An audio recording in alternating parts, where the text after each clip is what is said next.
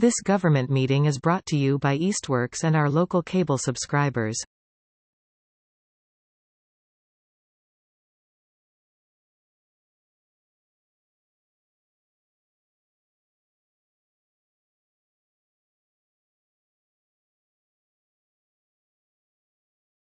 So it's 6 o'clock. And Kate. Bam, calling the meeting to order. Hi, everybody. Quorum being present, calling the meeting to order, 6 o'clock. First thing on the agenda is the approval of the minutes from June 25th. Move to approve. Second. All right, so move to approve by John, second by Dylan. Am I supposed to be taking notes? Yes. Is there any discussion on the minutes? I'm going to stall on discussion so Jen has time to write down the motion and who seconded it, so I can kind of filibuster for the moment if you want before we call the vote. Do we not have a clerk anymore? The recording? Well, This this is being recorded there, but I don't know if anyone's doing the minutes in central office because Vito's administrative assistant left and no one's been, So we don't have a minute taker. Okay. right. Because normally what would happen is they would just watch the TV. Oh, I understand. I just don't know if anyone's doing, I don't know if that's something that, people covering the position are doing or not, so. All right, Jen, are you all set? Mm-hmm. All right. Is there any discussion on the minutes? All right, hearing none, all in favor? Aye. Okay, motion carries. All right, public comment. We have people here. I don't know if anyone wants to talk during public comment or if you're here to answer questions later in the agenda. The later in the agenda? Yep. Okay, yeah, everybody, okay. Okay, good, thank you. All right, no warrants, no announcements or correspondence that I'm aware of. So, Eliza, principal's report. Okay. Here's the principal's report for August 13th, 2025.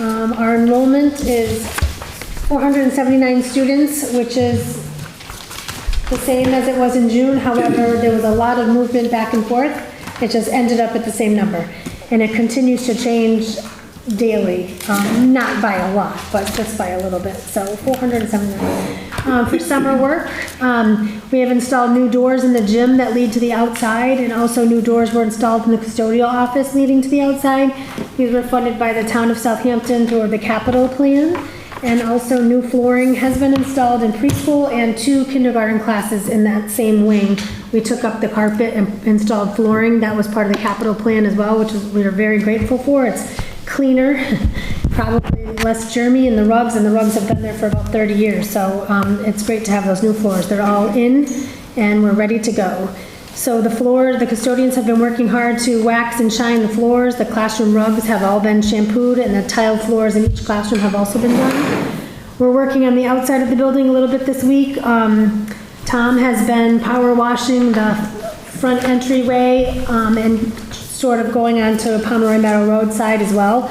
You can see it if you drive by. One half of it has been power washed today and the other half will be tomorrow. And that moldy black stuff that just sits there on the surface of the building, it looks really nice now that he's power washing. He does that every couple years. He also has purchased concrete from Fleury, I believe, and has cut out part of the concrete apron of the walkway there in front where the buses are. We had it redone a few years ago, patched up a few years ago, and where those patches are has started to come up from the winter, from the ice and the cold and then the warmth. And so he has done a really good job cutting that. He said it was something that he could do, so he cut it out and added some concrete there, and it looks really good. And it's less of a tripping hazard now, because we can't afford to get the whole thing done.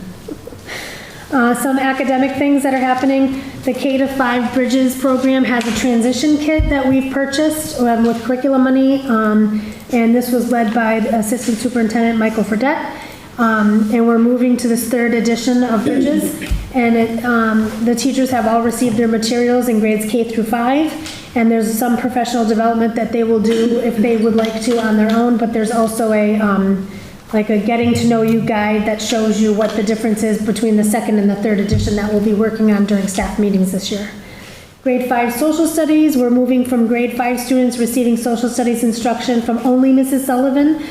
She was teaching science and social studies, And now each teacher is going to teach their own social studies in addition to the subject that they taught, and Mrs. Sullivan will focus solely on science. So there are 3 full blocks during the day, and the students get ELA, math, and science. And then social studies is done during an additional half block each day at the end of the day, and each teacher is willing to do that. So that'll be great. Some staff news. Since our last school committee meeting, we voted to approve the money to bring back a special ed teacher, and we have posted and hired Catherine Lawton. Catherine lives in Hatfield and has experience in Hatfield and in South Hadley Public Schools. We also hired Lindsay Adams Rivera, who was a building substitute for the admin assistant position that was open. Lindsay has a child at Norris and one at Hampshire. We're looking forward to having her in the office at Norris, which will be great. And then unfilled positions at this time include a paraprofessional, part-time school nurse, a BCBA, and a preschool speech-language pathologist. There's a picture of the beautiful floors. It's all shiny. I don't know if you can see it. It's not in color, but you'll see it online. It's been a little hard because of the budget cuts, I have to say, that people that were cut to 0.5 are really we're having a hard time with being without health insurance. And so I had people resign, or retire or resign. So I had unanticipated positions that I had to fill this summer that I didn't think I would have to fill. So that's why we're still working on all of that. Do you have candidates for the unfilled positions at this point? I do, and we continue to interview and offer. I offered SLP to 2 different people who couldn't take it because of not having health insurance, and you'll hear a little more about that later in the agenda. So, thank you. Any other questions for Eliza? Thanks, Eliza. Okay, Vito? I have one question, actually. ahead, Jen. The social studies stuff, are they all going to be teaching the same thing? Yes. Okay, so it's all the same, just each Yeah. teacher's doing it on their Yes. own? Okay. Yes. Everybody all set?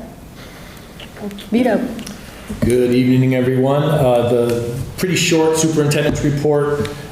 As many know, the insurance trust, Hampshire Insurance Trust, is raising rates mid-year.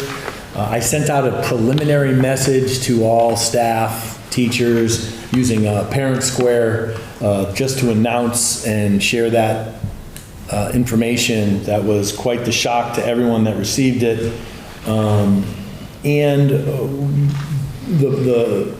What we're trying to do now, and what we're working on, what I shared with you in the Drive folder, is a draft letter that includes the communication from the trust, and that has some numbers attached to it, so everyone will be able to take a look at that. And once that letter is completed, and Dawn, I think, is finalizing it, that'll go out, I hope, by Friday, and so that'll be a communication from Rachel Emerson's office to faculty and staff in the regionals, not in the municipals. So that's a different communication from a different source. Unfortunately, my administrative assistant resigned her position. I'm really actually happy for her. It's a growth opportunity for her, and she's really was headhunted for a position with Power School with respect to state reporting, which is kind of where her niche was with Redeker previous to coming to Hampshire Regional. So I wish her the best. She was a wonderful person to work with and a wonderful member of the team. We're actively interviewing and working to fill that position ASAP, because it's tough to work without your right arm. Lauren, Michael, and myself, and Amy and myself attended a webinar that's focused on the competency determination and graduation requirements for the state, and this is in response to the ballot question. We had a preliminary CD, competency determination, requirement that we put in place, but now the state has come out with regulations. The link that is in this document in the drive has the graduation requirements, the recording of that scintillating webinar, and the slides of it, which gives you all the information you really need. Lauren has done an amazing job really synthesizing that and preparing for a presentation to the school committee at Hampshire Regional. And Amy, of course, from her perspective as Director of Pupil Services, is looking at the transition piece that the state is requiring for all students at the high school level. And then next week, we'll be holding our second annual all-admin workday to complete final preparations for the upcoming school year. All the administration from the buildings and central office will be working together with a focus on intra-district cohesion, collaboration. We'll be finalizing PD, bringing in our state trooper and our local police to talk about safety and security, to schedule out dates for the school year. We're bringing in Kimberly Roach to revisit Title IX, just to refresh everyone's memory on the other Title IX that's back in place. And one of the big bucket items will be Ed Eval.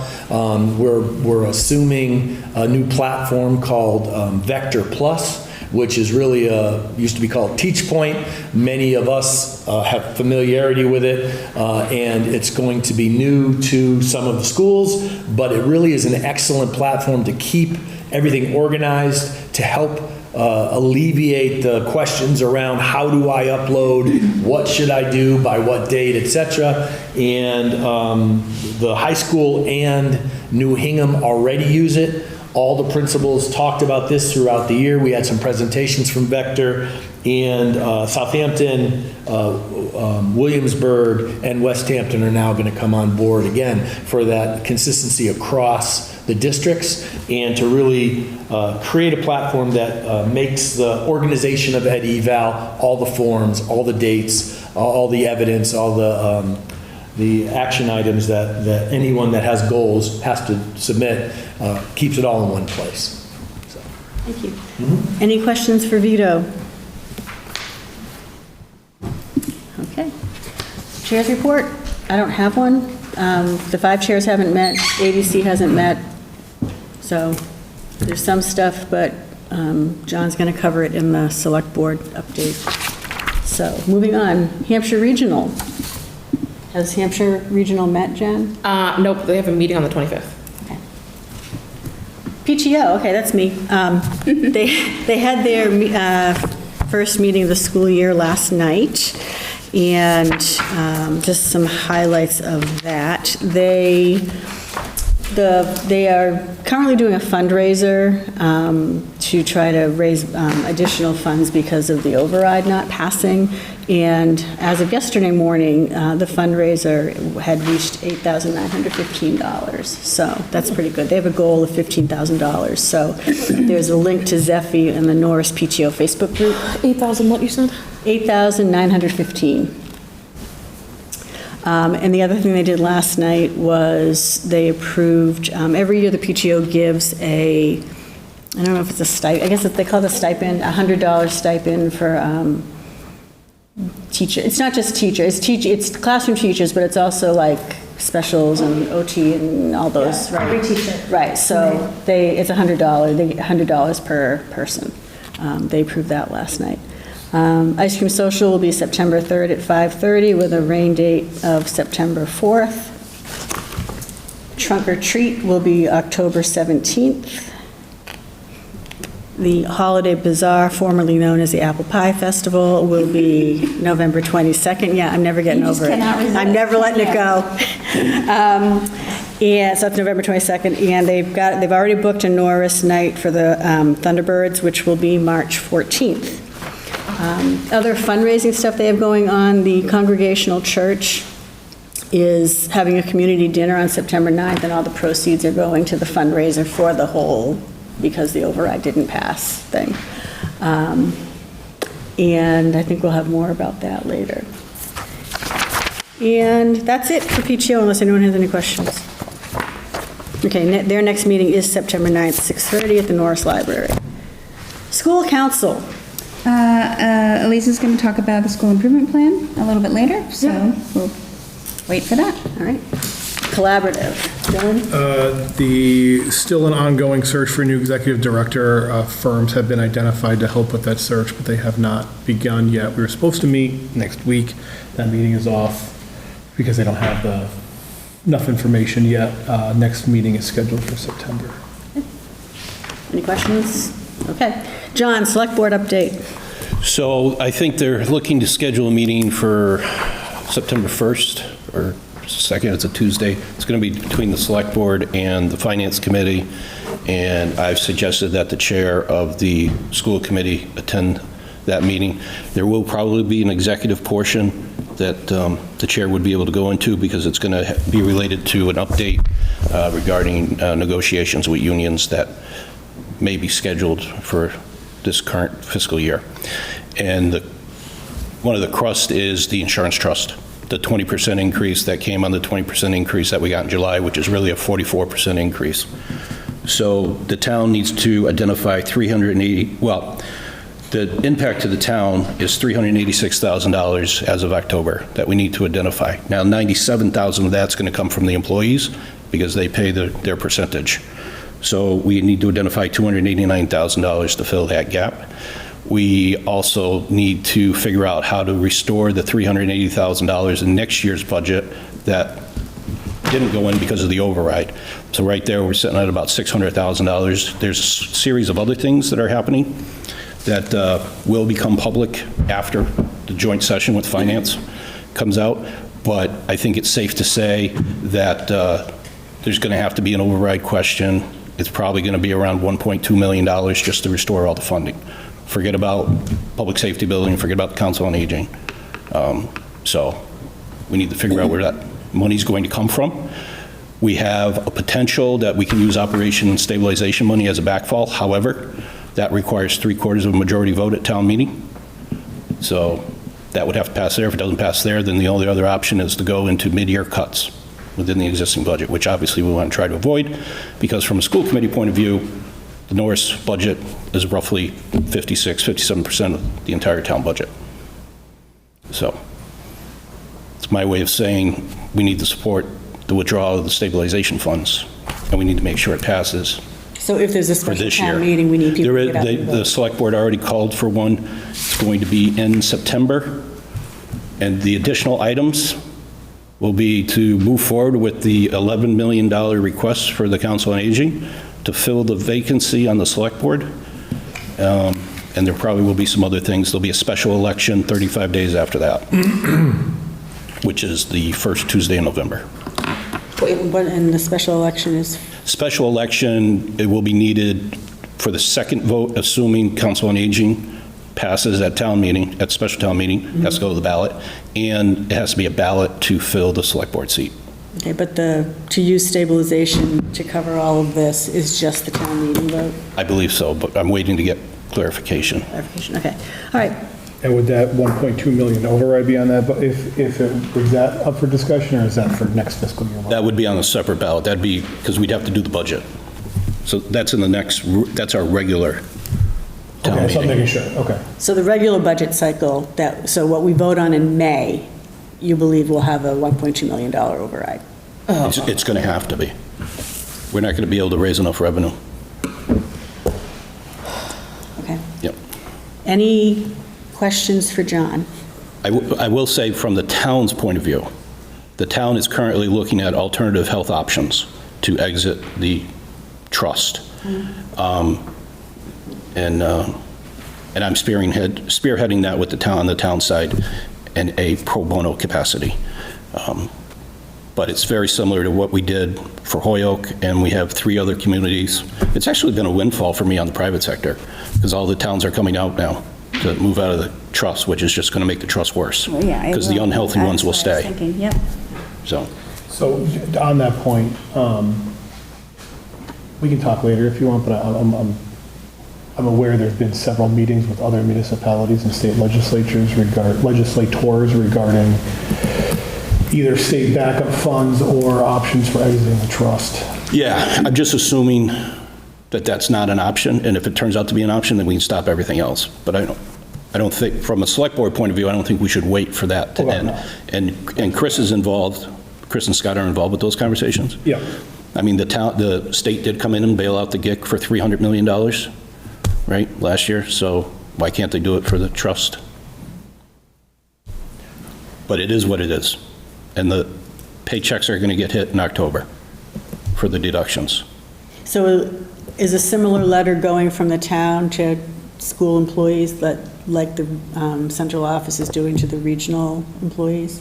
About what they're- There'll be a communication to all impacted town employees. So it's probably it's only going to go to the ones that actually are on the plan. No, I Yeah. understand, but I'm saying like, so there's a plan in place, I mean, like, there's some kind of communication going out to the town employees relatively soon, given that if it's hitting their paychecks, when is it hitting? October. Okay. Is, for the regionals, isn't it hitting it September 1st? Is that what your letter said? That's part of my report. Yeah, so, all right. Okay, any other questions for John? All right, John, budget and finance team update. Okay, so picking up where John just left off, starting with the health plan. The Hampshire regional impact of the same 20% increase is going to add another $229,000 to the Hampshire regional budget for this year. Wait a minute, it's going to, excuse me, it's going to actually add more than that, but the $229,000 is the impact to Southampton. I apologize. Wait a minute, sorry, what? So it's like 400 and some, it's almost 400,000 that is being added to the Hampshire regional budget. And of that, 229,000 would be allocated to Southampton if one of the options is to do a mid-year assessment to the towns, which would require a new, a special town meeting, et cetera. So one of the ways that Hampshire Regional could come up with that money is to go out to the towns and do another assessment. The other way is to find that money somewhere within its own budget and revenue sources. So the only real place that we can look at for that is the school choice balance that the school has, and it is it's high enough to be able to take that hit, but at a significant impact.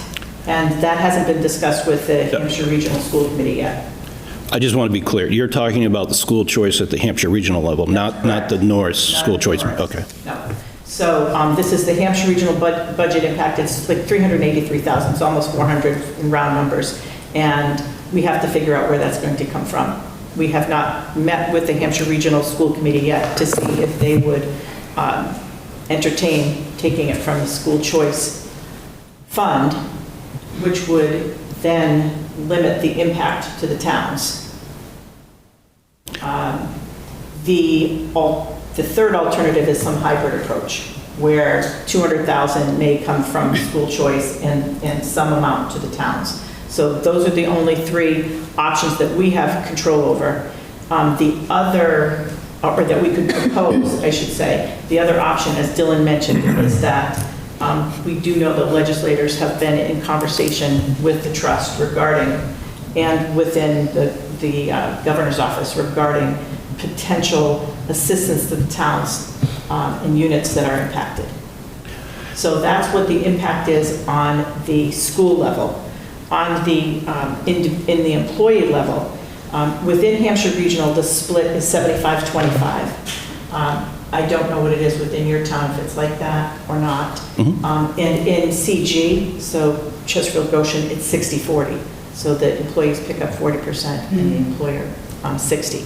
But within Hampshire Regional, the impact to the employee is going to be somewhere between $49 to $134 a month, depending on which plan you've picked up. That's the PPO, the more expensive plan, and depending on whether you've individual coverage +1 or family coverage. So that amounts to about $590 a year to $1,600 a year. And if you're in the HMO, the impact on an annual basis is somewhere between $500 and $1,400 a year, or $42 to $120 a month. So depending on where you are. The one option that will be communicated in the letter is that in recognition of the significant impact and the more expensive option with the PPO, if somebody wanted to move from the PPO down to the HMO, they are allowing that. So that has, as we've all talked about, an impact on employer and employee. The other thing I wanted to report on is... Could I just ask a couple questions on this matter? So, option 1, to defray, I'm assuming, you didn't use that word, but I'm assuming if Hampshire Regional opts to use available funds this time, they're going to be looking for that in the next budget. It's just going to be a temporary, like an interest-free loan, right, which compounds to that 1.2 million number. And then, second, the trust is allowing mid-year change for non-qualified event? Only going from the PPO to the HMO, yes. As a cost-saving measure. And third point, the trustees, who are fiduciaries to the employees and not the trust, have they yet put forward any explanation why they went 5 years in a row with 0% increases? That has not been discussed. No. I would say, again, for the chair to decide now, whether or not this raises to the level where they violated their fiduciary trust and should be removed as trustees, putting us into this situation. Just one point of correction. I believe it's 5 years of no increases and 1 year of a 1.5% decrease, actually. And Yes. During COVID, meanwhile, allowing all the GLP-1 narcotics into the plan. Yeah. And for 5 years. I'm all set. Okay, then. I have no idea. Anybody have? Oh, I wanted one more thing Yep. to say on that Yep. subject. And to Dylan's point and to John's comment, the trust is making these increases effective October 1, but all of us pay a month in advance, so employees will start to feel that in September. So we'll be deducting the employee's portion out of the first September check. And is that true then for the town side as well? If the Hampshire, if the regional has to do it, then would that be like? If we collect a month in advance, then yes. I could ask our interim acting treasurer. I don't know the answer. Okay, Whether all we right. pay in arrears or pay in Well, it's just, advance. if it's Same trust, it's the same trust, and it's the same trust requirement, so I wouldn't bet my life on anything, but I would say that more likely than not, you will have to, all participants will feel it in their September check. Okay, well, September 1st is a couple weeks away, so it would be good if the town could get their communication out. Same. Okay. John, do you have anything else? Yes, I have a couple more things. The second one is, as noted in the minutes, at the last meeting, we talked about a forecast of where we thought we would be in FY25. So I'm actively working with Bradley right now to reconcile those numbers and to determine where we are. Once we have stabilized those numbers and identified all of the offsets to the budget, we're applying different grants, et cetera, we'll come up with an amount. The minutes note that it would be about a $59,000 deficit for the elementary school. However, we may be able to bring that down, and we'll know that in the next couple of weeks. But we already got approval from the Select Board and the Finance Committee to cover that, right? Yes. Okay. Yes. So then, that's the FY25. FY26 budgets, unlike 25, the way the information is presented on the reports, we're going to present them differently. That is to say, the school committee approves a gross budget, and then there are offsets to that budget. But when the reports have been produced, the gross number is in there, and it's very difficult for the principals and anybody else looking at it, the school committee, if you were getting reports, to actually be able to track those, because the budget number is too large. Just suffice it to say the budget number is too large because it doesn't factor in the offsets. And we've discussed this with our auditors, with the DOR, with DESE. We're all in agreement that we need to present them differently so that people have better control over the numbers and would be able to do what John was saying as representatives tracking the numbers, know early on, oh, we're planning, it looks like we're going to be under budget, or it looks like we're going to be over budget. So you will see that, and I'll be able to explain that once we get the 26 budget numbers loaded. But the school committee identifies offsets to the budget. So school choice, circuit breaker, those kinds of things. And we are applying those upfront as opposed to retroactively. So I know it's probably as clear as mud, but it will be clearer when you actually get a report so you can see it, and I'll go over it then. Suffice it to say, we are implementing something for FY26 that'll make it easier to track what the expenditures are. And will we see that next month? That is our goal, for you to see it in September. Okay. Oh, wait a minute, when is your September meeting? It depends on when it Probably is. September 10th. You may not see it, we'll hope that you'll see it, but I don't know. Okay. I can't commit to that. And then the fourth item, the other item is just to close the loop on the FY24 central office costs, those that the town, that was incurred by the elementary school that the town needed to come up with money for, and that there's been a discussion between the town of Southampton and Hampshire Regional, and they have agreed on what the payments will be over the next several years. That's been accepted by the DOR and DESI with one change, and everyone has signed it, and the payment is on its way. So that, taking care of that is behind us. So that's going to help with Hampshire's E&D then, right? That will help with Hampshire E&D. And the goal was to try to get it in before September so that they do allow you, when you have a receivable on the books at the end of June, they allow you to count any revenues that you've received before the end of September, and it will help a little bit. Okay. The other thing is, Vito and I have been meeting to review what we have learned this year and what we can do going forward. We want to try to accelerate the end of the forensic costs, understanding the pressures on our budget. The expectation was that those might last for 2 or 3 years, and what we're trying to do is make this the year that they would stop. And in order to do that, we want to ensure that the person who has been our accounting person for this whole period is able to transfer that institutional knowledge to whoever is hired. One of the things that we have had in the budget for the last couple of years is a position for a financial analyst or accounting person. We have not filled that because those funds have been necessary to cover the forensic costs. So we would like to propose filling that position as soon as possible so that we can have that crossover training. And it is consistent with what we've heard from DESI and DOR and now the auditors. The auditors have come in and audited FY23 for Chesterfield Goshen. We anticipate that they'll have the same comments for Hampshire Regional as well. And that is that, as it comes to no surprise to anybody here, that the accounting has been less than stellar, that there are significant issues and they need to be addressed. They have for the last several years, speaking of fiduciary responsibility, for the last several years, they have indicated in their management letter that the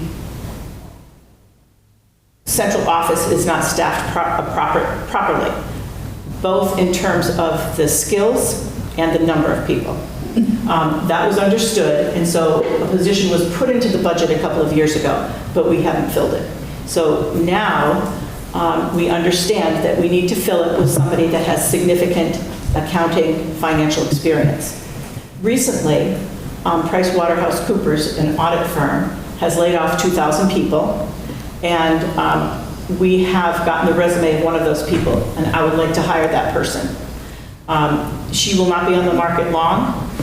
She has very, very good skills, and she would be a perfect fit, in my view, for this position. At one point, Vito and I were talking about actually creating a new job description that would have accountant as the title, so to speak. But as we've discussed it and reviewed our needs, et cetera, we have decided and would like to recommend that we fill the position that currently exists in a job description called Assistant Business Administrator. We have that position already. We would recommend another one with that same title and responsibilities, whereby the Assistant Business Administrator for the regional schools would be one person, and would be the person with the accounting experience, because the regional does not have an accountant. The Assistant Business Administrator for the municipal schools would not necessarily be an accountant. They would have financial background and experience as the current person does. But they would work with the municipal accountants that are already in place. So their expertise is slightly different, but the amount of work that has to be done and the type of work that has to be done in both of those would be similar and would be covered through that job description. Further, one of the other things that I have mentioned and that everybody sees is that there are several single points of failure. So we have a accounts payable person, we have a payroll person, we have an assistant business administrator. What we don't have is cross-training, and we don't have the capacity for cross-training. If we add this other person in the mix, we would be able to have the cross-training that is necessary to ensure if one person leaves, it doesn't crash the whole system. So it's basically, we have our own analysis, Vito and I having been there and looked at it. It's been reinforced by our external auditors, by DESE, and by the DOR. We need to add capacity and we need to add certain skills. We have been doing this with every job that we're filling. So right now we're in the process of filling the payroll job. And so we're looking for people who have those skills that can augment the entire portfolio of skills within the department.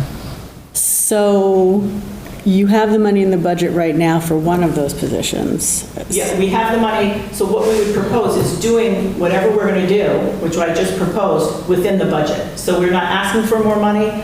The budget is there. We just have to move the external person along, use those funds, which were already allocated for this position, And if we do it now, and we will have sufficient funds to carry us through FY26 and live within our budget, and still have the training for the person who's coming in by the person who's already there, the external person. So one of the things with the forensic work, though, was that eventually that cost was going to go away. And it will, because there's $200,000 of cost, but there was also another $100,000 that was added to that to bring in the cadre of skills that we needed. So the $200,000 we're planning to go away, or most of it to go away this year. We may still have to have a little bit the following year in FY27, but we're already anticipating the pressures on the budget for 27. So we're trying to see if we can get that stopped now and still use, so we would still get rid of that 200, but that other 100, which was in our budget, would stay. Okay. So that's not considered, it's not part of the forensics. The forensics is to something. Right, no, I wanted to be sure that We're not adding. it wasn't going to be like, Massachusetts Turnpike taxes that were supposed to go away when the Turnpike was finished, and. No, we're keenly aware that everyone wants those to go away as soon as possible. And that's been our goal. At the same time, trying to do it in a way that is responsible and gives us what we need. The reason I'm even mentioning it today is we're, reviewing our ideas with council just to make sure that we can go forward. I just didn't know if we are filling a position that's already budgeted and where there's already a job description, if I have to go to 5 or 6 school committees to get approval before doing it. I believe you do when you're putting in your job description, which we did like a couple months ago for the intern.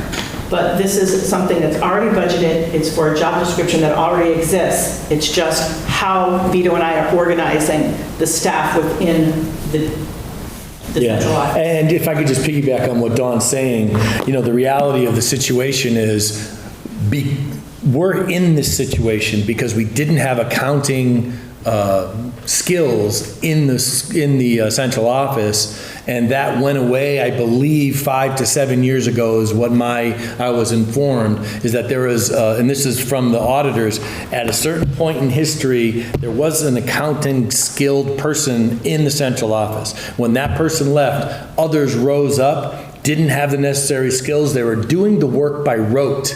And so the analytical side of and the skills of an accountant on the back end of things were lost. Our fear is that if we keep doing things the same way, we're going to get the same outcome. So we're given a 3-year contract to come in and identify what's wrong, to fix it. We've talked about the forensic costs being essential to get us out of the hole that we're in.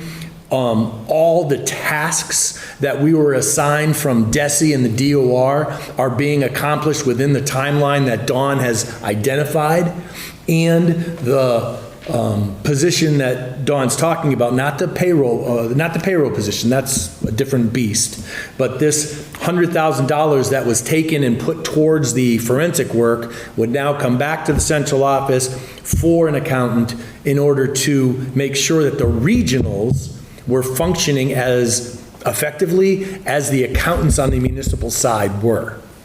So that's the plan that we have, a little restructuring using the budget that's available to us that's been approved. And again, as Dawn said, we're going to council to make sure that the plan A is viable based on everything that she does as a lawyer, and that we can do what's right and prudent for our stakeholders. So if you had 2 different assistant business administrators, would the one that was for the 2 regional schools be assessed just to those schools, and then the one for the municipals would just be? I would say no.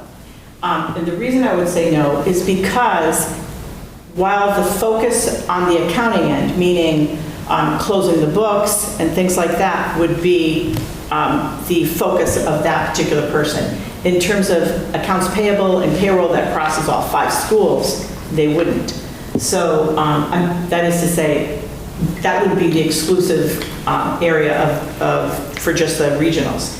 I think they will be doing work that will transcend, in some cases, in order to create the cross-training that we've talked about. But it's conceivable that after we do this in 26, that we could evaluate with the appropriate people, meaning if it's the ADC or if it's each school committee, whether or not it makes sense to realign the allocation of that. But I can't commit to that right now because I really have to see what the work is. Okay. And but I think more purposefully, I think we need to put it in writing, identify a plan and a proposal, and have it vetted against the governance agreements with our lawyer. Okay. And just to kind of piggyback on what Kim said, I'm not opposed necessarily to having the staff that we need, especially if these staff are positions that were filled there. However, prior to this administration and during this administration, there's been asks for more money that were obviously needed, and a lot of those were under the promise of the temporary costs. And we agreed to kind of bloat the central office budget to fix a real problem, but I think we all were under the understanding that those were temporary. yes. And I really don't want to end up in a situation where it says we're coming back and being told, well, we said it was temporary, but we really need all that money now, so. But you're absolutely correct. The forensic costs in total were temporary. But $100,000 of that temporary cost was in the budget. And if I may, with all due respect, state that a little differently. The forensic costs were $200,000 in, I believe that was proposed in maybe 2024. And then when I came in almost a year ago, and saw what was being spent, it was slightly more than that. And so we did come back for that.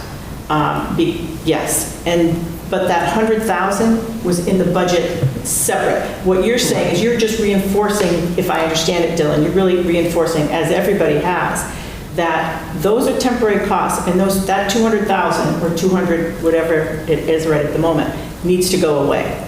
And that is our commitment, is that is going to go away. And what we're trying to do is accelerate that so that it will go, the majority of it will go away this year, at the end of '26. And I appreciate that, I do. And this is not a criticism of anyone sitting here, but it's just, I also have seen how these go of, well, we thought we could do it for the 100,000, but we really also want these job attributes too, which also means that the person is going to be a higher paid candidate. So we need an additional $40,000 in order to pay them. And because we're bringing this person in, we really need someone to backfill this role. And that's going to be an additional $65,000. And all of a sudden that $200,000, we had a promise of 100,000 all of a sudden to fulfill the end goal of what is being asked for, and it ends up being more. So I'm just asking that we try to avoid that. I would definitely commit to trying to minimize that, and not only minimize that, but to try to eliminate as much of the forensic expenses as possible. As soon as possible. As soon as possible. Thank you. So. John had a question. I know, I see you, John. What's up? So, let me try to recap this. In the existing budget you have right now, there were regular dollars added to that budget outside of the 200 for whatever the number was for forensics, right? Yeah. Was in that budget. It was there in 25 and 26. Right, so yes. it's there, so it's that 200 plus this 100 was 300 altogether. Yes. So we're talking about the 100 altogether. Yes. Right? And there's an approved job description for an assistant business administrator. Yes. Okay. And so this person is going to be open for about $78,000 to take the job? Or are you saying the 100 is the salary and then we got to add 22% for benefits? The 100 was the salary. Right. We're going to try to get it for less than that, but we also have the benefits budgeted as well. I don't know what. Well, we just talked about, we blew the benefits to hell with the extra 20% increase. Oh, well, that's true. That's true. I mean, All right. that goes without saying, absolutely. So to your... But that was budgeted, it would be an additional 20%, yes. Yeah. So to your question about I don't believe the assistant business administrator is a select board or school committee position. It's a superintendent position. Yeah. It's budgeted, and you have, if it wasn't budgeted and you didn't have approved job description, I'd say you can't do it. Yes. But then, so to your first question, what the process is, I think you just, superintendent informs us when it's done. Yeah. But secondly, but you can't exceed the $100,000 budget number. For the salary? No, it's 100,000 if... So we have 100,000 in I the know. salary, and then we would have, I have to look and see what was budgeted in the benefits. But the benefits were budgeted, but I understand what you're saying. So now the 20% needs to come out of. Well, I get it, but for transparency, if it's within the 100, and then we're saying, well, yeah, but this one's on benefits, it's just more communication there. But the second statement that you made Yes. about potentially hiring another person and then possibly change, No. I thought you were going to get to two. We already have the one. We already have one, and now we're getting to 2 assistant business administrators. It's just. That was in the original, but 2 assistant business administrators? Well, 1 assistant business administrator was in the budget, and another position called accountant financial. Right. question mark. In theory, lesser paid The accountant would never be lesser paid. than an assistant business administrator? It'd be about the same, about the same. But the $100,000, Yes. as you said, is key. The second position she was talking about then was one of our payroll clerk is resigning her position, and that's being filled. I thought that's what you were talking No, about. I think, No, he's talking about the 2 assistant business. so you have, in the budget, there's an assistant business administrator, Yep. and in the budget, there's this accounting position. Yeah, it's a new position that was Right. like a financial, Is that the That person has that's an responsible for approved- payroll? no. No, that's different, but that And there's a account, payroll, And there's an accounts payable. Right, yeah, okay, but that's not what I'm talking, so, Yeah. but these two positions that have not been filled yet are the Yes. assistant business administrator, which, we had an assistant business administrator last year, that person is doing something else now, so now you're filling that position. So it's the accounting position that Yes. had not been filled. So that those are, and that has an approved job $100,000 description, and it has an approved job description. Yes. So you don't have to do anything with, so that is nothing.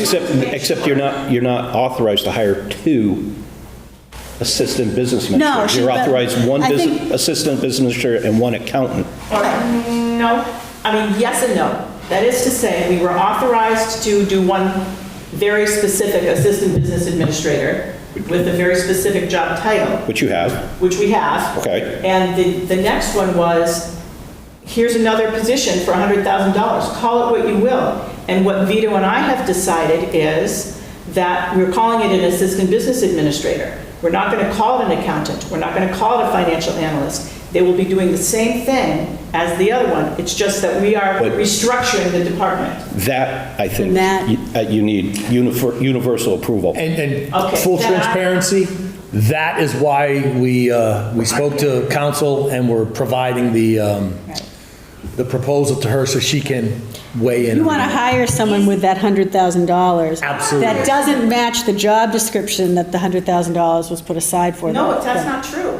Because that $100,000 was never identified. And now we've identified it, and we've identified it as an assistant I get business it, but- administrator. It was never said, oh, this is going to be an accountant, or this is going to be. So there was no approved job description for the That's correct. $100,000? It was, this is to augment the skills that are necessary. Now, the reason I'm saying that in that way, because truly I don't have a problem going and getting authorization. In theory, I do not want to lose this person. And if I have to go to 6 places to get approval for that, I will lose that person. Well- And it just seems ridiculous to me. Sorry to be so bold. Well, so really, you can't do anything here until you really need counsel Yes. to weigh in on that. Yes. I will say, if it comes down that you do need to go to 5 or 6 places, that's when you do a joint meeting on Zoom Yes. of everybody at once. You do it one night and you get your, Okay. Then, answer. yes. Don't make it a 6-week Right. process. And I'd rather err on the side of caution and get everybody's buy-in, because it's not something we're trying to pass quickly. It just so happens that I've approached Vito to pass it quickly in order to achieve an objective. And in order to continue to improve our credibility with DESI and the DOR, we have, by the end of September, which is round the corner, 6 end-of-year reports to do. We have 5 audits to do by, not the end of September, by January. We have the E&D to get certified in October. The amount of work that is there is too much for who is there right now. And that's with me working many, many, many hours, which I've done for 1 year.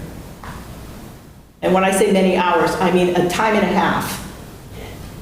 Yeah, so I'm just suggesting that once you know what it is you have to do, Yes. if you have to come to all of us, schedule a Zoom, get everybody on at one time. Yes. And so that it's I not a appreciate multi-week that. process. And that makes sense. Makes sense to me. Yes. And I will say, there was one time when we were in a crunch like this, when I was chair at Hampshire, and we were having a heck of a time finding a night to do it. I gave up part of a Hampshire meeting to make it the Zoom meeting for everybody. I see. So we have done that in the past. So if there's an upcoming meeting that you have to go to the chair and say, hey, can your meeting start an hour later so we can do this Zoom with everybody?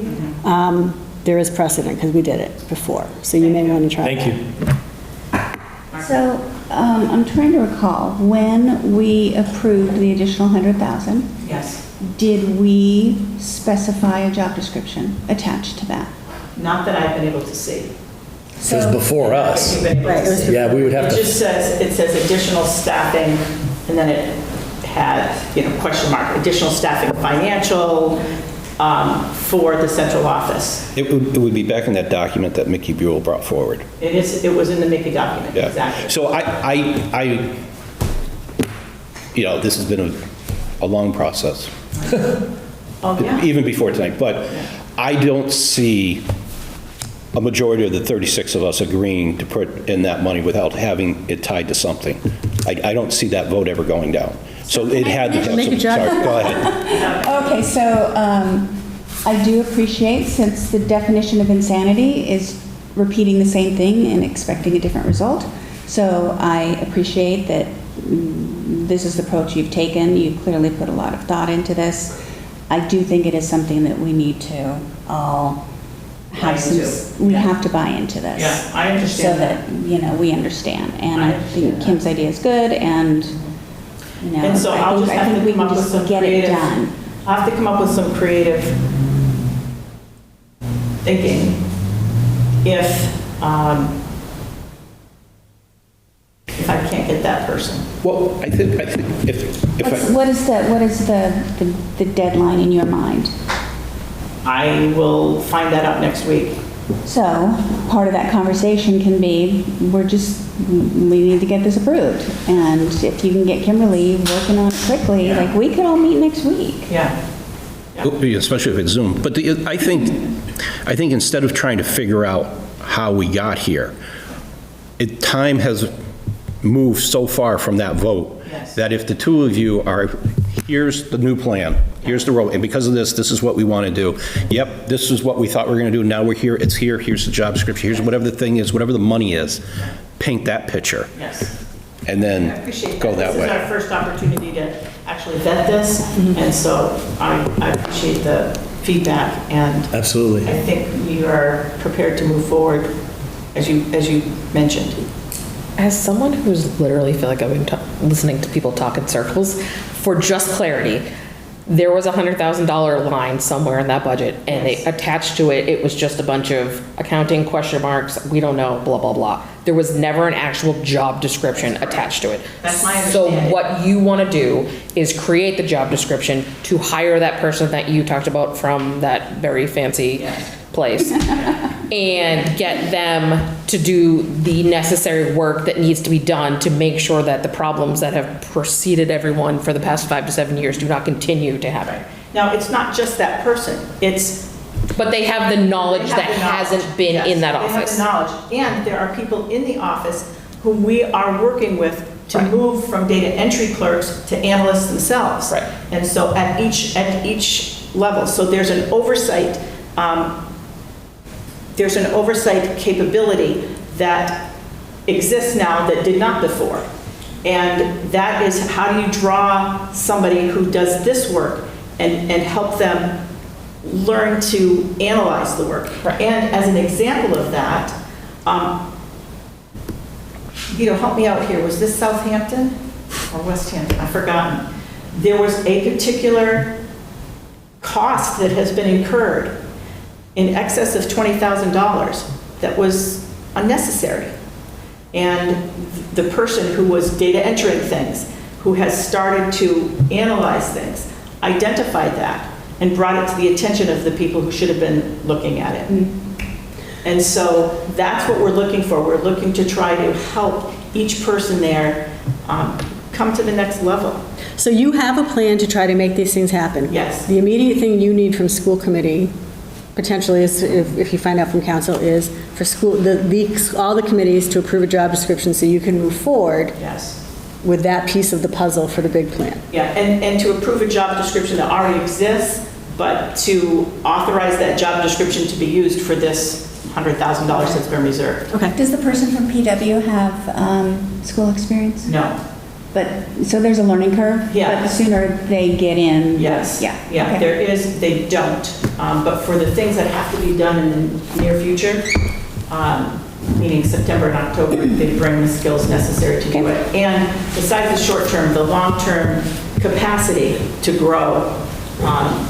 Because eventually, what I think is best for the district is to have somebody homegrown who can take over my position when I've been gone. Yep. And you can always go and try to hire another person, but we've done that. It's very hard. They don't exist, very many of them. And The learning curve is the learning curve is steep. incredible. And so having somebody who could seamlessly move in I think, is the ultimate goal that I have. Not that I'm trying to work myself out of a job. I have a commitment and I want to see it through. But my commitment is to the district long-term after I'm gone. And I think that's the beauty of having me here. I don't care about this job forever. I'm closer to the end of my career than I am to the beginning. And I want to see Hampshire Regional survive much longer. And it's only going to do so if we start doing what we need to do in that central office, and we're getting there. I'm encouraged. We've made a lot of progress. Thank you. Thank you. Any other questions? Thanks, Don. Thank you. All right, thank you, John, for everything. Okay, next up, the district physician reappointment approval. The contract was in the folder and it's in the packet. Vito, is this the standard contract that Kimberly had already vetted that we've used before? Yes. So really all we did was change the dates? Yes. Okay. Because it's the same doctor. Same doctor, same responsibility, same pay. I move that we approve the employment agreement for Dr. Hanno Muehlner. I probably butchered that. Motion by Margaret, Second. second by Dylan. Is there any further discussion, or any discussion? All right, hearing none, all in favor? Aye. All right, motion carries. All right, next it says wellness policy approval. We don't have the wellness policy in our packets. Yep, the one that's in there, the one Yeah, that this was is- shared with us was Hampshire Regional. Right, well, so there's two things. I don't know if we've all seen that one before or not, the one that we have in the folder, so I'm thinking that this, I mean, theoretically, it could be tonight could be a first read if everybody had a chance to look at it in the drive. And we could put it on next month for a second read. Yeah, I'm assuming they're just going to edit, remove Yeah. Hampshire Regional School District and put in I Southampton. assume so. All right, so that's what we need to do for the wellness is update to, I'll motion to make the wellness policy the first read and schedule it for a second read and potential final vote at the next monthly meeting with the amended changes. all right, is there a second on that? Second. All right, so John says this was the first reading, Margaret seconded. Any further discussion? All in favor? Aye. Okay. All right, what you do have in your packets, Margaret worked on consolidating the universal free school meals and the school nutrition program charge policy, which we talked about in June, and we were told we had to update our policies. So what you have in your packets is what Margaret worked on. Do you want to talk about it? Yeah, sure. So what I did was primarily take the MASC policy, so you see what was in our old policy crossed out, and everything in yellow are things that I had questions about. So do we offer a snack, Elisa? No. Okay. Take that out. Do we communicate in the CEP, Community Eligibility Provision? It's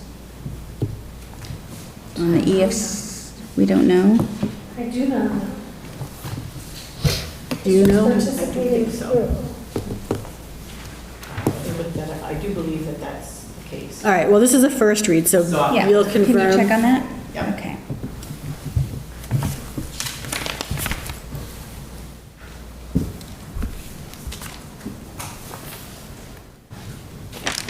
Okay. For some reason, the rest of our old policy isn't in here. I don't know why. I guess I messed up it's all crossed out anyway. It was really old. Okay. Really, really old stuff. I can make sure it's in the second read. Okay. Are there any questions about that one? Pretty straightforward. All right, so that was EFC. We specify charges in the school handbook, yes? Elisa and Yes. Mickey? Okay. All right, so now we're moving on to EFD. Same story, although all of that did get included. You can see all the crossouts in there. Okay, so a couple questions. Do we call it the food service department?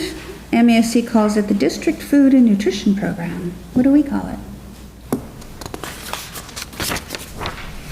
cafeteria. Or Is it the food service department? What do you call it? Do you call it food service or do you call it the food district? services? Do you call it? Universal food What do you call the cafeteria? What do you call the cafeteria? services. Okay. So let's call it food services, okay? And then under payments, it says if parents, guardians have issues with student purchases, they should contact whom for assistance? Are they contacting the cafeteria manager? Cafeteria manager. Okay. Okay. And then we've got parents, guardians may pay in advance for anticipated purchases beyond the free meal amount allowed. Further details are available on the school district website and in the handbook. They are not. So I think they are supposed to We be. can put them in there. Okay.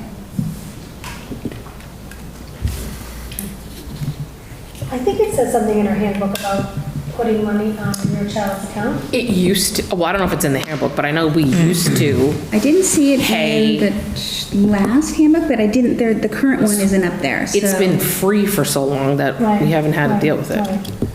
Minus the Do milk. parents But you could actively put do money that? on $10 on the child's account and then take a milk every day until that money runs out. And I believe it says it in our handbook, but can you see Okay, it? I could have just missed it. I can double check it too.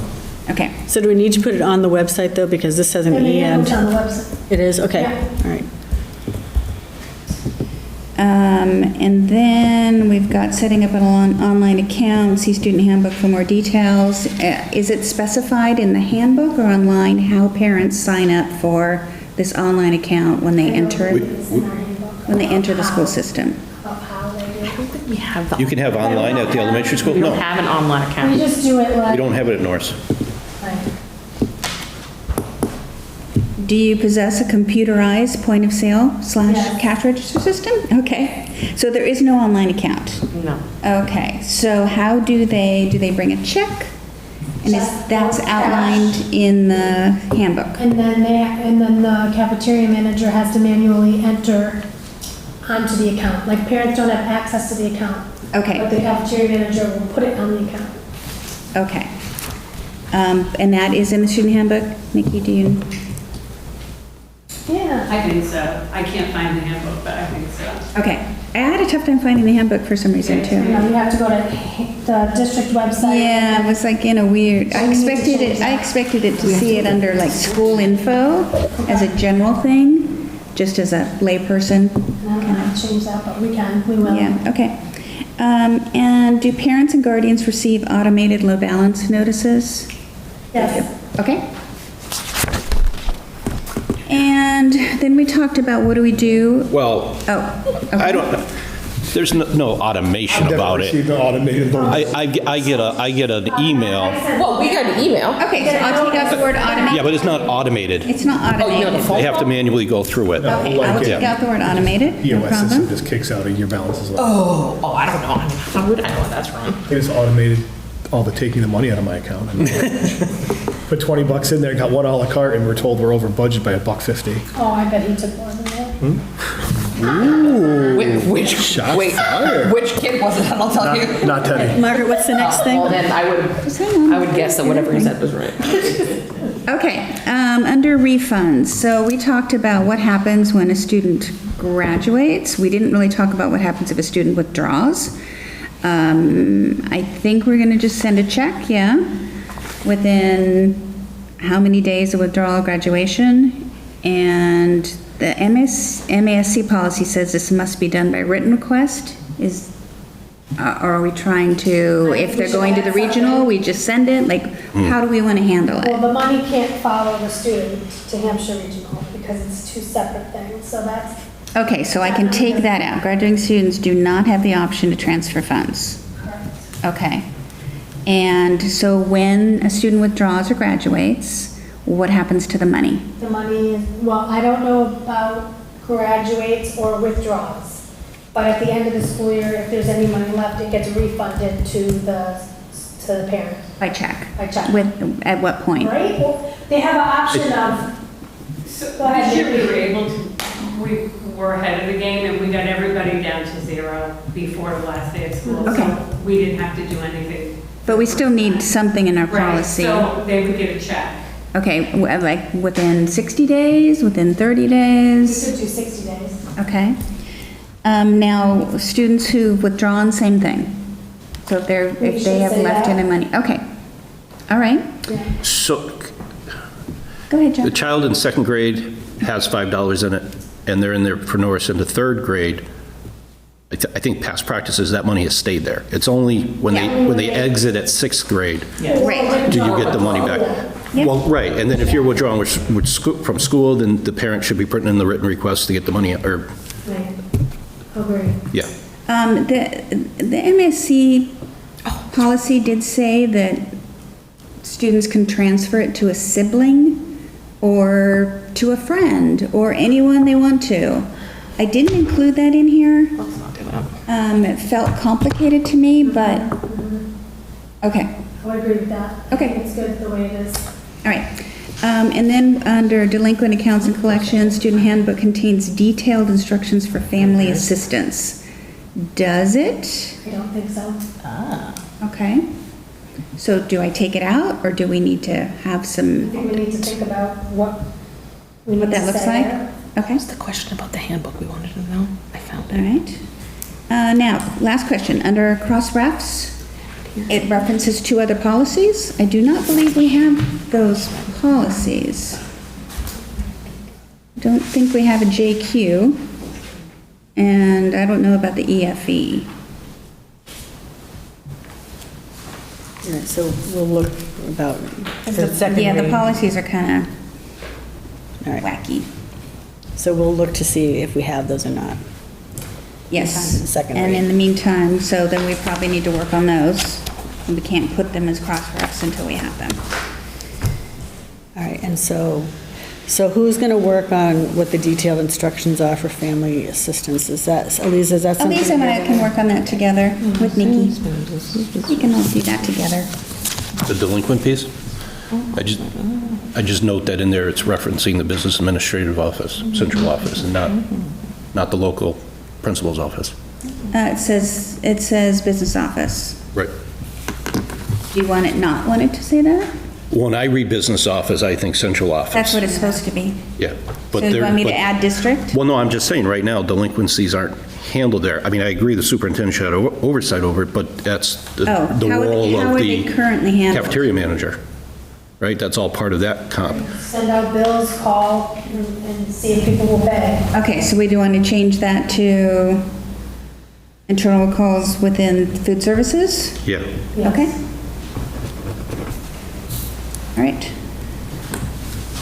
Got it. Margaret? Over here on the community eligibility provision, which I'll research, but in order to, we do qualify for that in certain schools.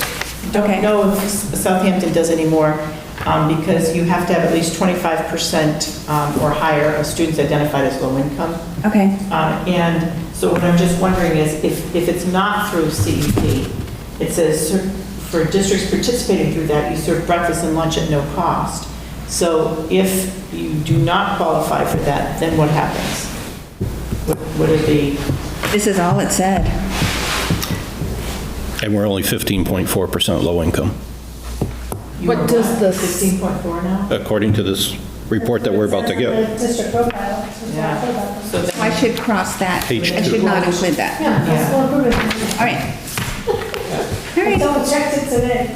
So are you serving free breakfast and lunch right now? Yeah. But that's because, is that because of the But aren't we state? doing it for the whole, we're doing it for everybody? Everyone gets it. That's for the state. Lunch, yeah. That's a whole, Entire like, Commonwealth. thing that has started since COVID. I see, so that's a different. It has, normally, under a before COVID year, you would have to do it for that, if you met the CEP. Right. You're on tape.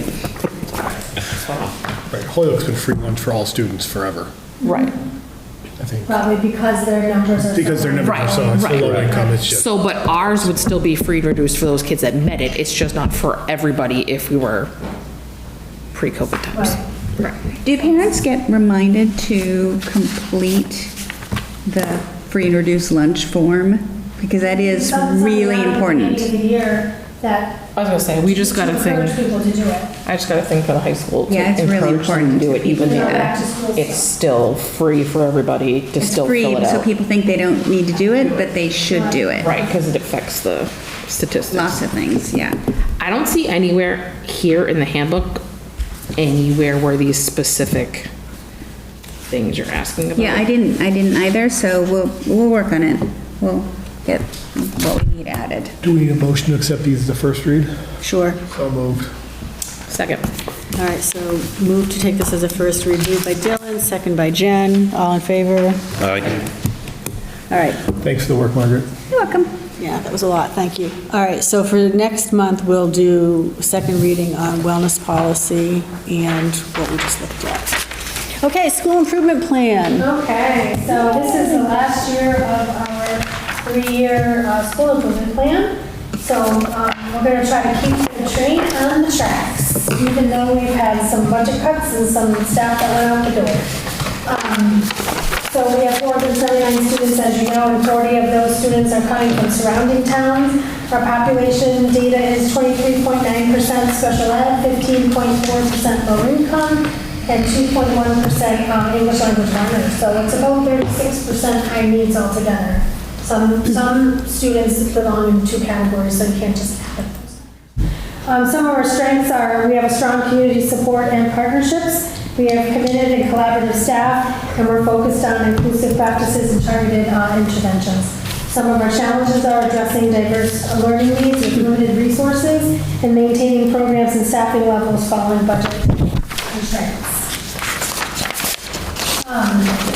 We have 5 goals. The first one, ELA interventions. Implement a tiered intervention model is our goal, and inclusive practices for ELA to meet all students' needs. So some of the key actions that we do in order to meet our goal is the fast bridge screening 3 times a year, targeted interventions for students who are below the 30th percentile, and support and adjust our plans for students who are not responding.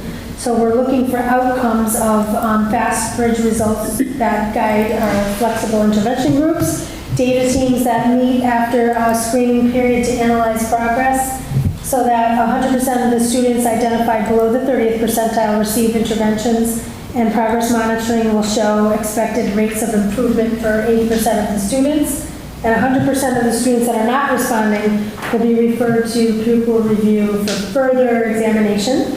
Inclusion strategies will support their engagement with core curriculum as measured by classroom observations and participation data.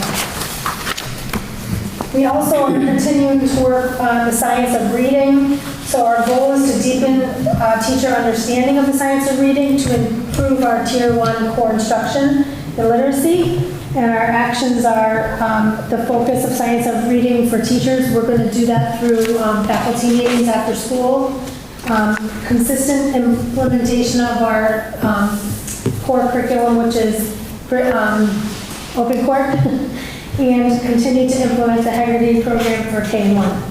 So that we have the evidence that we want to see and the outcomes is that a 90% increase in teacher-reported science of reading knowledge. We did do a survey a couple years ago. We're going to do another survey this year. And we want to see 100% of teachers using open court consistently for Tier 1 in literacy. And the walkthroughs that I do with my assistant principal will show alignment with program expectations. 80% of the K-1 students will show measurable gains in phonemic awareness on fast bridge screener by the end of 2026. And then the next goal is, I took out the math goal because don't have a math intervention, I don't have either math intervention this year because of budget cuts. However, I would like to work with the school ILT to see how are we going to catch those math students that may fall behind, because our math scores are really good. But we don't want to lose track of that. So goal number 4, I should have omitted slide 5, safety and security. So we want to ensure that students are safe for their safety and their welfare. So we're going to implement and continue to implement our social emotional curriculum second step. We're going to promote kindness, responsibility, and safety values by reinstituting our, we used to call it a behavior management team, but my assistant principal is working on getting that team back together to do things with students to promote that kindness, responsibility, and safety. And we're going to continue with our regular safety drills and updated materials from the police department, fire department, and wherever else we need to learn from. So that our social emotional learning lessons will be documented in lesson plans, and 10% reduction of office referral students coming to the office for different things, you know, hopefully not punching each other or getting into fights, things like that. We want to do preventative measures. Student surveys and behavior tracking will show increased understanding and application of kindness, responsibility, and safety, and 100% of staff and students will participate and have knowledge of our safety measures that we put in place. And then the last one is technology.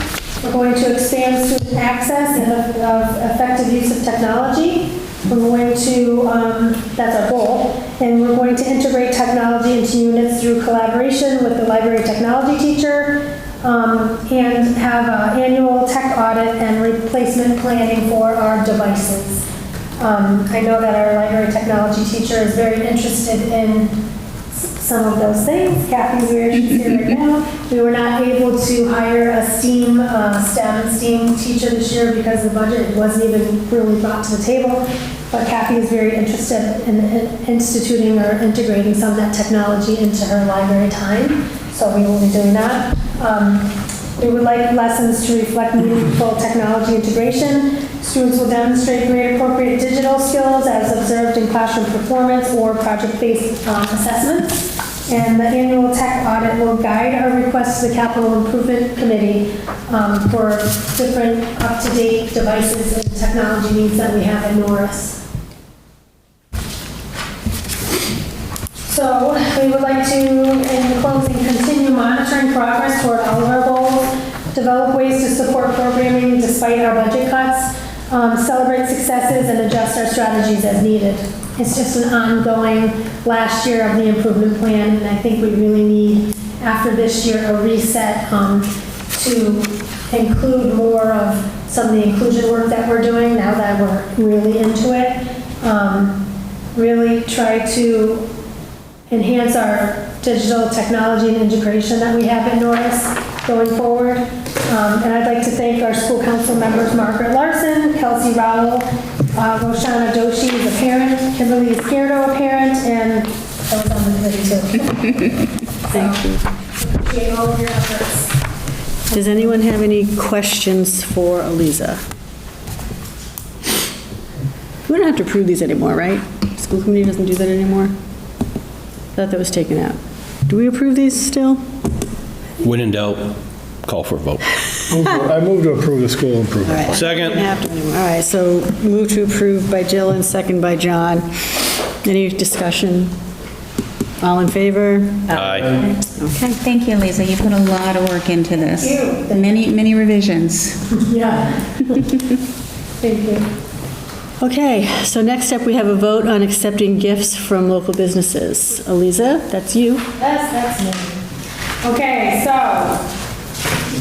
again, with budget cuts, we've had so many people wanting to help. And I think that we want to be, not just asking everybody for money, and the PTO is really trying hard to support everything that we're doing for classroom teachers and for our school, for the students. And I know that parents want to go out and buy extra this and extra that, but we want it to be meaningful, so we really want to put it in sort of like the teacher's hands of what the teachers need in order to support the students, because everybody has a different idea of what they need. Some teachers want to go out and buy all the pencils because they want the pencils to be a certain kind of pencil, where other teachers will say, just give me pencils. But, it's really hard to make everybody happy all the time. Some people have really stepped up, and Anytime Nutrition, I guess, put something out there and challenged other businesses to also, I think they started with $700, and said if you can match it, try to match it. And I know you can't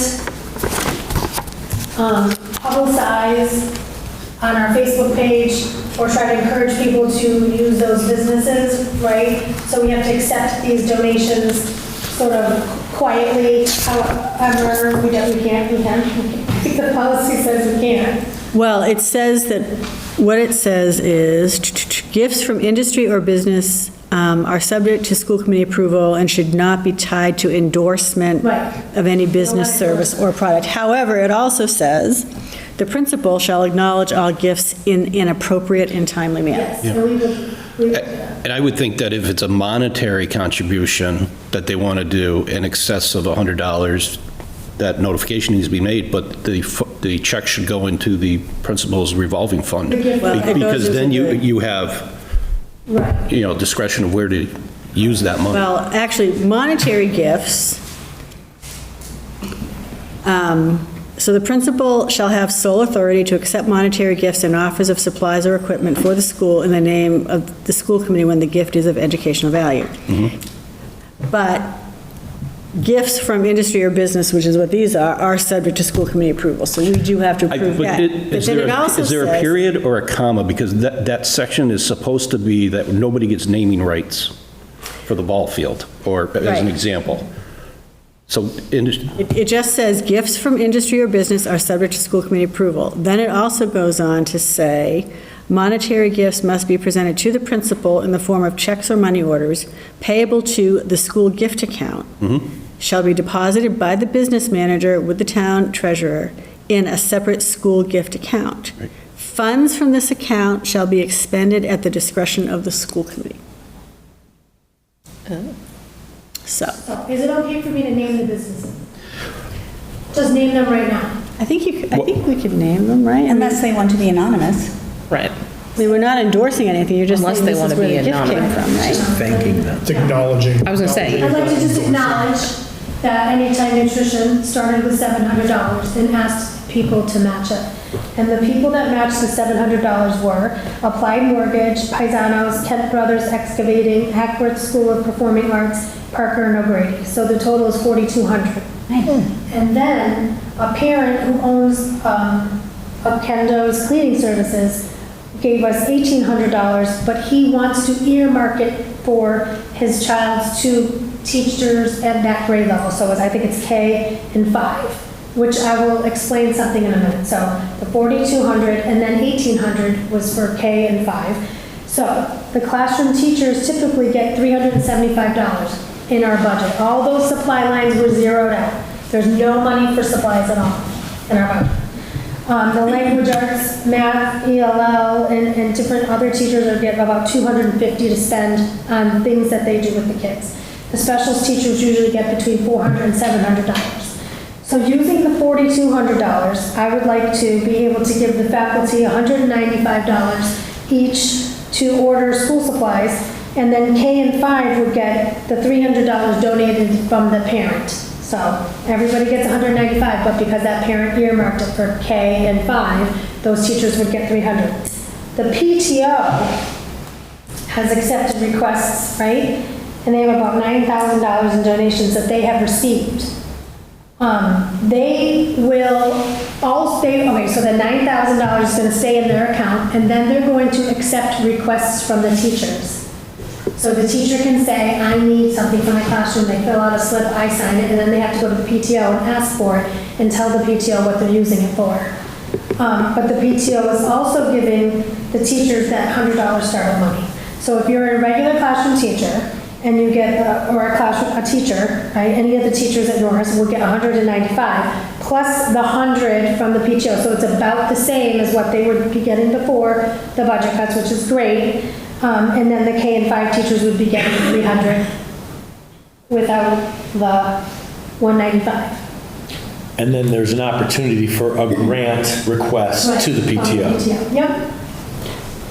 So the one who gave money for K and 5 gave $1,800? Yes. But wait, so you're taking $1,200 of that to, I don't understand. No, the $1,800 is separate. Okay, $4,200, okay. right. Gotcha, okay, thank you. I was not getting the math there. All right, okay.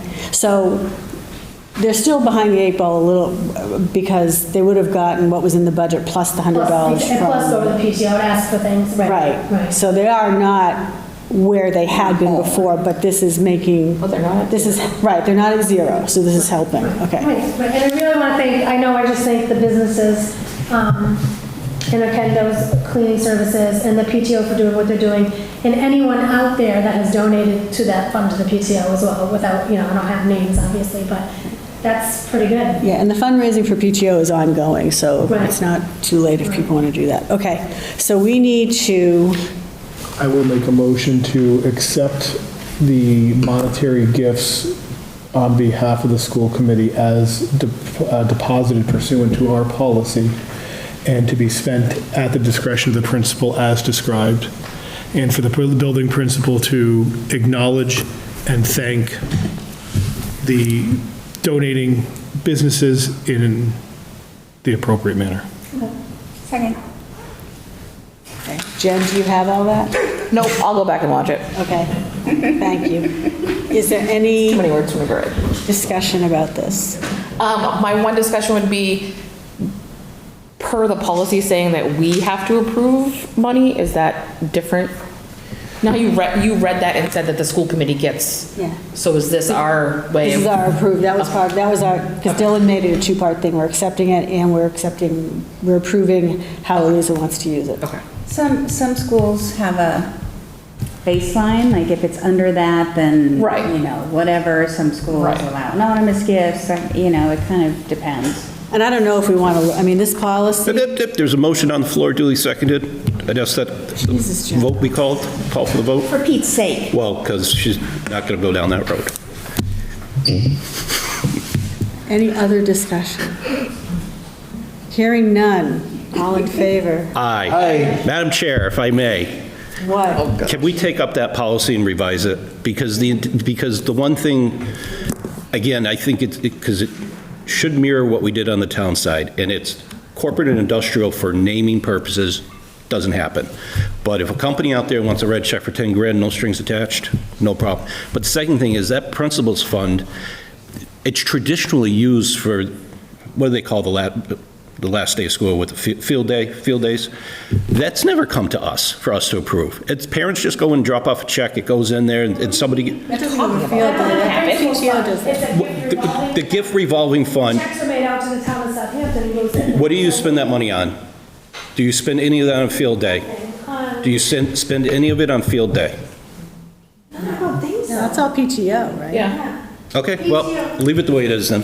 Well, so what I was going to say, though, I also is, have never just dropped a check off to say, hey, here's $100, do what you want with it at the school. Well, I know I did when we had this whole controversy about the blue waves. So what do I use it So- for? Like, if there's money, okay. It should not be, it Well, shouldn't I have to mean- come back to this body if it's shouldn't being need to used be $100 here, micromanaged. $5 there. It's the principal. If they have to submit a monthly or yearly recap, well, according to this policy, the balance is supposed to be reported to us monthly. So. I think we This should- is also, this policy. So what I'm going to say is this policy is from 1995. So perhaps we could look at revamping it. John, you seem to have some thoughts on this. Would you like to be in charge of? yeah, I'll get my putting- red pen out for that. Okay, so for next month, John is going to have a first read for us. Oh, and I won't be by mail because I won't be at next month's meeting. Oh, well, aren't you just What's that? ducky here? Can I have that cut? That's the current policy. All right, so via email, John will get us the first Sure. read. All right, good. It just Thank needs to be you. up. Okay, now, Oh, this isn't this meeting ever. we're going to revisit the 2025-2026 calendar. So, for background, the union leadership reached out to me in July, and on July 24th, Margaret and I met with union leaders to hear about their concerns with the 2025-2026 calendar, specifically around the December break. I think you all last night also received a letter from the union explaining their concerns. So did everyone have a chance to read the letter? Yes. Okay. Union is here. If anybody has any questions, before we talk about it, if there's anything you need clarified, Erica, you're good with taking questions? Okay. Does anybody have it? Yeah, a couple. Eric, could you come to the microphone so that, for the recording? Thank you.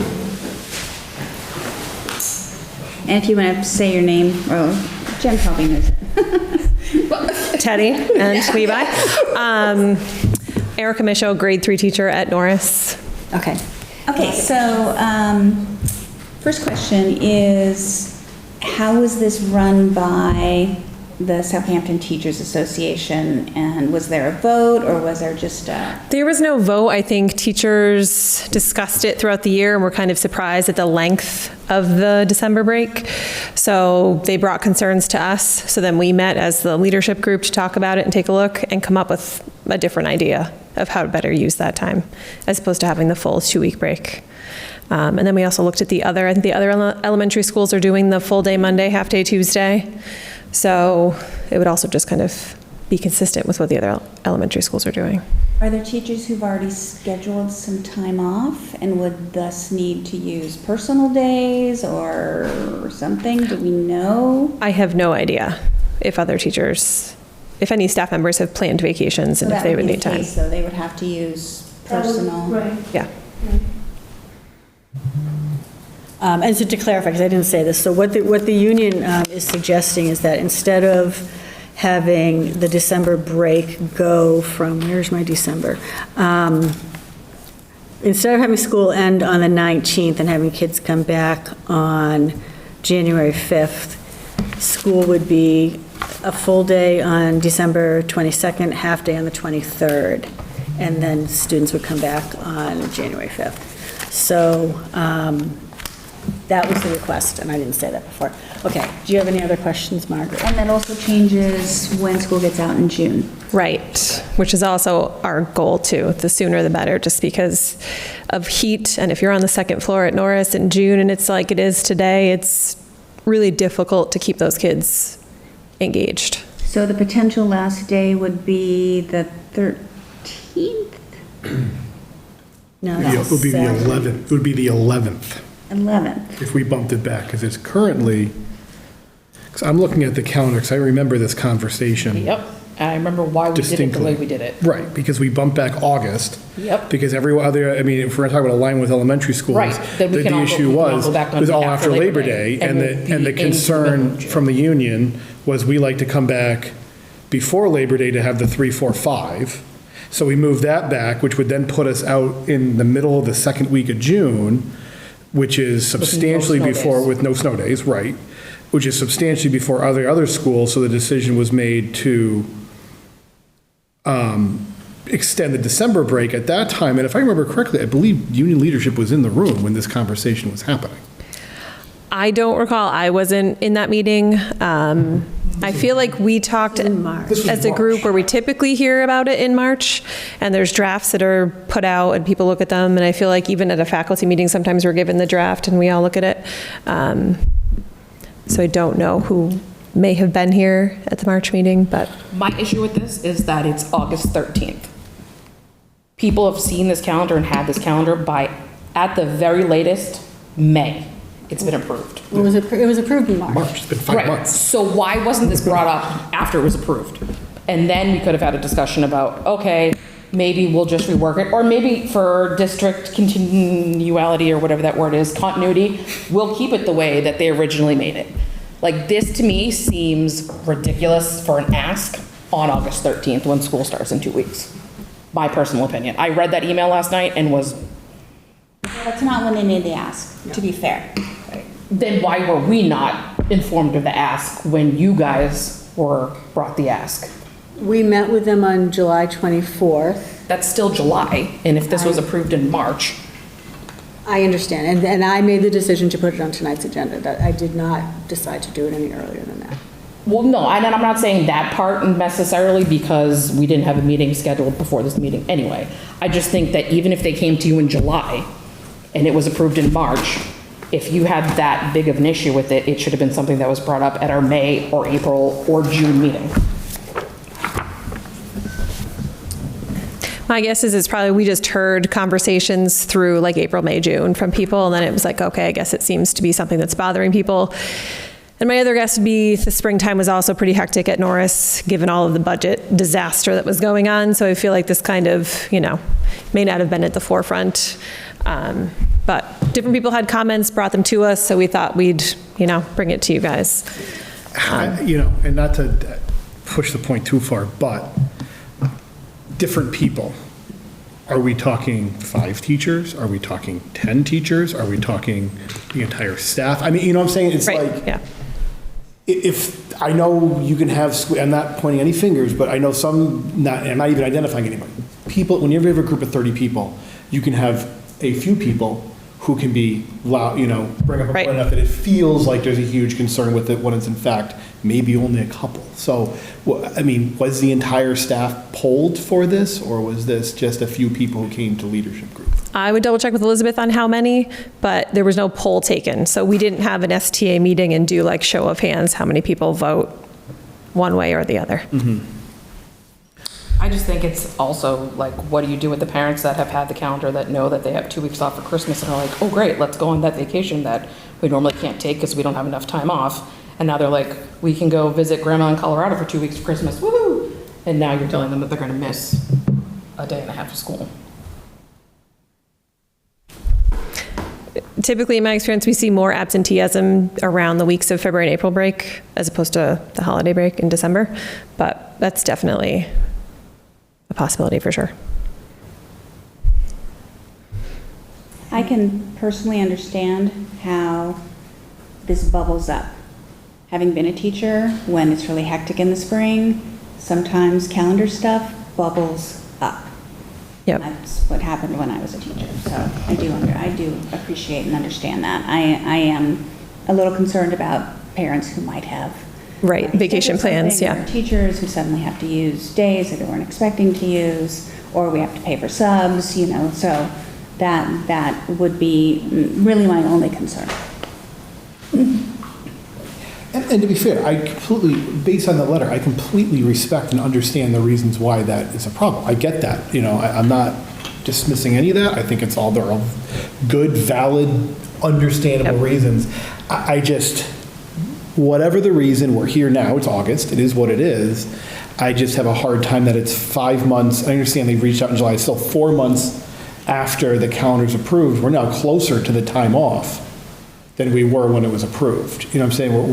We're like at the 60% point, if you were, between those two issues. I just, especially knowing that, I don't know, what's going to happen if half the staff has already made vacations? And now all of a sudden we're closing school because we can't staff it and can't get substitutes in. Or afford to get the substitutes. Right, I don't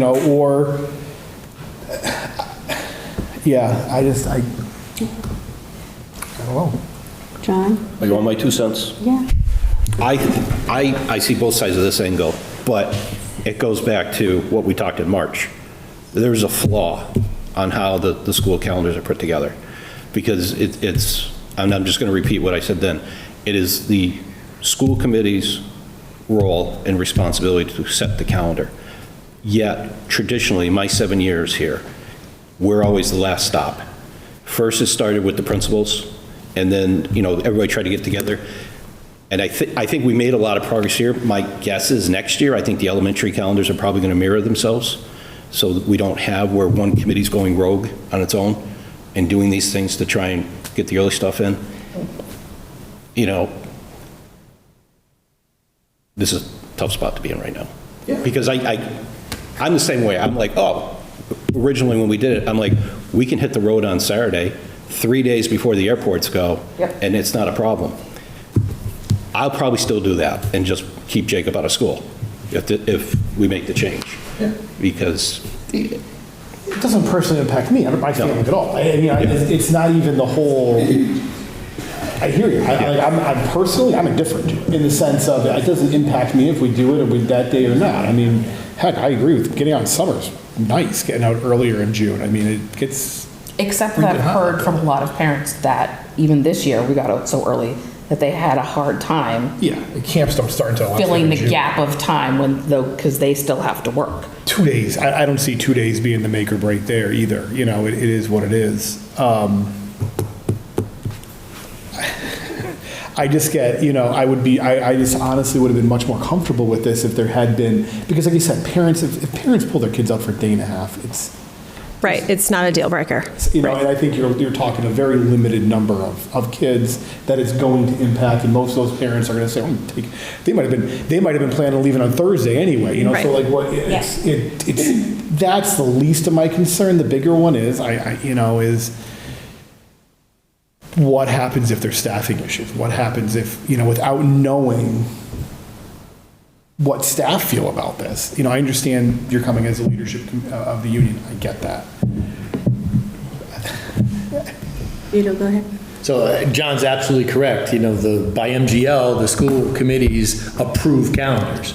But the work that was done collaboratively amongst the principals initially put a united front, if you will, on it. Right. And then a change was made, and then a change made at other schools, and then we had, the different approvals in the different days. I feel like the changes made at Westhampton and Williamsburg didn't incorporate the long Christmas break. Right. But nonetheless, I was happy that the principals and Michael sat down and worked together on a calendar. But the purview of approval is the school committee.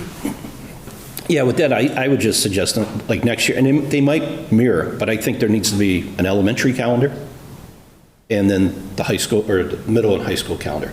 Because the high school has that caveat in their collective bargaining agreement that creates that firm line. Yeah. Where none of the elementaries have it. And again, kind of along those lines, get the kids in a day and a half or 2 days early so they can kind of settle down. So then that next full week, or the 3, the 4, the 5, they're up and running. Yeah. Where that's not necessarily an issue up at the high school, or middle school. So. Understood. So I feel like we should go on the record as a school committee, and so I'm going to honor the teacher's request and move that we alter the calendar to have school on the 22nd and a half day on the 23rd, with last day of school, I guess, being June 12th. Okay, Margaret made the motion. Is there a second? Just looking at that, it would be The 11th. June 11th, Okay. right? Because what's the, Yeah, because the 15th's a half day, the half day, yeah. Okay. So the 11th. that gets us to the right date, right? Last day of school to be confirmed. We We can believe do it's the that. We 11th. can do that last day of school to be confirmed. Okay. All right. It's the 11th, though. Is there a second? I'll second it for the vote. All right, so the motion is to change the 25-26 calendar such that December, there will be a full day of school on December 22nd and a half day on December 23rd. The last day of school to be confirmed tentatively, we believe it's June 11th. Okay. Is there any further discussion? So the motion was made by Margaret and seconded by John. Okay, all in favor? Aye. Aye. Opposed? No. No. Okay, the motion does not pass at a vote of 3-2. 2 to 3. 2-3, sorry, yep, sorry, John.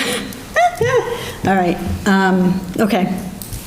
All right, so then, next on the agenda, we have appointing the negotiations subcommittee. It is a negotiations year, so 2 of us will be the negotiations subcommittee, and I just wanted to get that set. So, Madam Chair, in an effort not to be selected, I nominate the chair and vice chair to be their 2 representatives to negotiations. Is there a second? Second. Does somebody else want it? I kind of wanted it. Okay.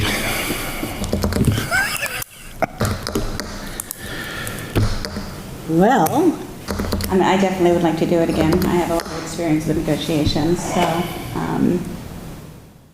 do I have to do it? I think the chair has to be out, right? I think the chair should. I'm totally just, I was kidding. I have every intention of doing it. Well, there is a motion for the chair and vice chair. Is there a second? I'll second that. Okay.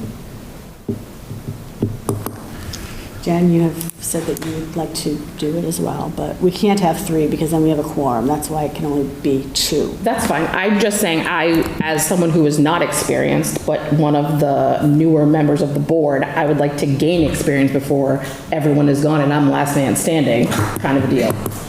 So. This is the first seat out, so you gotta come all the way down this So line. like, I would like to be able to, see how it goes, is my reasoning for wanting to be. You could always do it at the regional, too. Yeah, no thanks.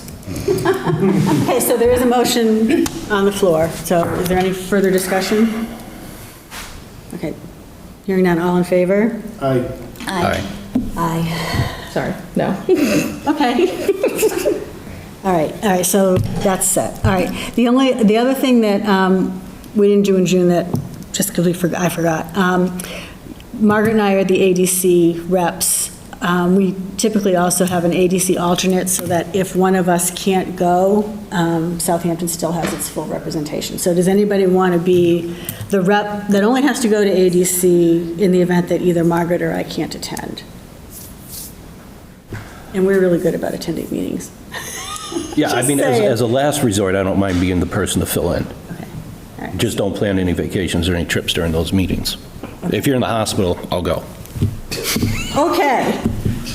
All right, so, John has offered, is there anybody want to make a motion around that?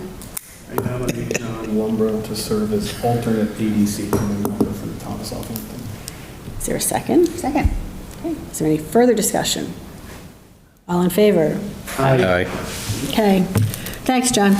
All right, so the next thing on the agenda is to vote on a union memorandum of agreement regarding common planning time and data analysis. If anybody on the committee wants to discuss this prior to the vote, we have to go into executive session, which I think everyone was aware of before now. If there's no discussion, we can just take a vote. I move to approve the memo of agreement regarding common planning time / data analysts, and that we approve the latest version provided to us by our legal counsel. Is there a second? Second. There cannot be any discussion, so, And Can I- is there one signature or all 5 signatures? one. And that the chair be authorized to sign that MOU on our behalf. Second. All in favor? Aye.